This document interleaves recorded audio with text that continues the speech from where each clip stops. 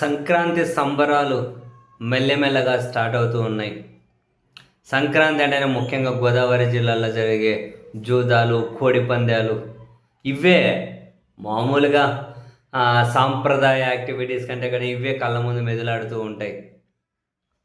ప్రతి సంవత్సరము కూడా న్యాయస్థానాలు ఆంక్షలు పెట్టడం, ప్రభుత్వాలు న్యాయస్థానాలకు అనుగుణంగా ఏదో ఒక జీవో లాంటివి ఇవ్వడం, చివరికి అధికారంలో ఉన్న వాళ్ళే విచ్చలవిడిగా బరిలేయడం, ఆ కోడి పందాలను ప్రోత్సహించడం, అక్కడ దగ్గరికి వెళ్ళడం, ఇది ఎప్పుడు జరిగేదే.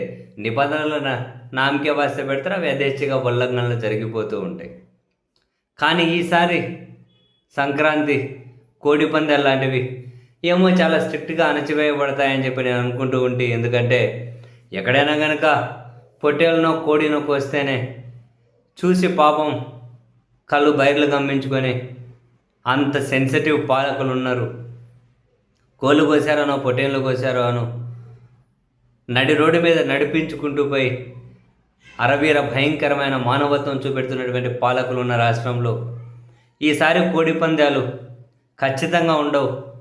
ఎక్కడో దగ్గర చూద్దాం అనుకున్నా కనుక ఉండే అవకాశం లేదు.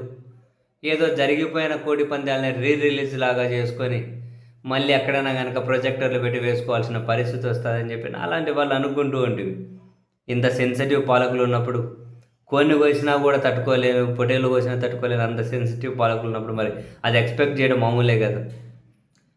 అయితే ఈ క్రమంలో రఘురామకృష్ణంరాజు గారు, గౌరవ డిప్యూటీ స్పీకర్ గారు, ఆయన బహిరంగంగానే ప్రకటించారు, ఈసారి కూడా ఎప్పుడు జరిగినట్లు కోడి పందాలు ఘనంగా జరుపుతాము అని. ఆయన ప్రకటన అలా వచ్చిందో లేదో, ఆయన పక్క జిల్లాలో ఉన్న కృష్ణా జిల్లా కలెక్టర్ ఆయన ఒక ప్రకటన, ఆయన ఒక స్టేట్మెంట్ ఇచ్చారు.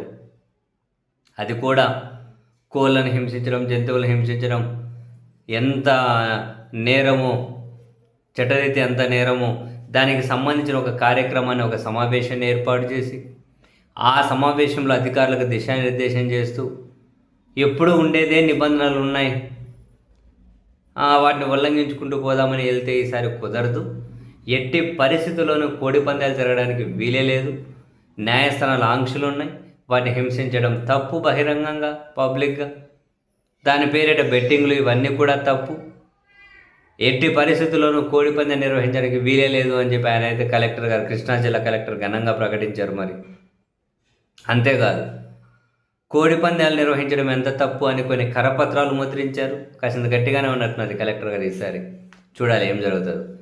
కరపత్రాలు ముద్రించారు, కరపత్రాలు పంచమని చెప్పి అధికారులకు, ఉద్యోగులకు చెప్పారు.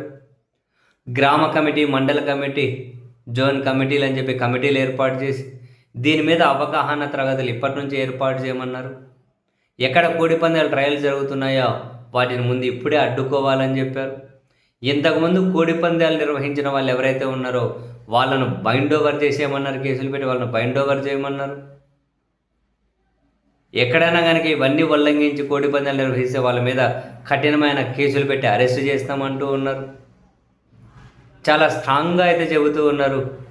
బహుశా కలెక్టర్ గారు కూడా సెన్సిటివ్గా ఉన్న వాళ్ళ ముఖ్యమంత్రిని, వాళ్ళ హోమ్ మినిస్టర్ను, కొన్ని కోసిన పొట్టేళ్ళను కోసిన చూసి పాపం తట్టుకోలేకపోయిన ప్రభుత్వ పెద్దలు ఆ కొన్ని పొట్టేళ్ళను కోసిన వాళ్ళని నడిపించుకుంటూ తీసుకెళ్లారు కదా, ఆ విజువల్స్ కలెక్టర్ గారు కూడా చూసి పాపం వీళ్ళ మానవత్వాన్ని చూసి చాలా ఏమంటారు స్ఫూర్తి పొందినట్టున్నారు. బహుశా కలెక్టర్ గారు కూడా వాళ్ళ వాళ్ళ మానవత్వానికి ఫిదా అయినట్టున్నారు. సంతోషమే కదా.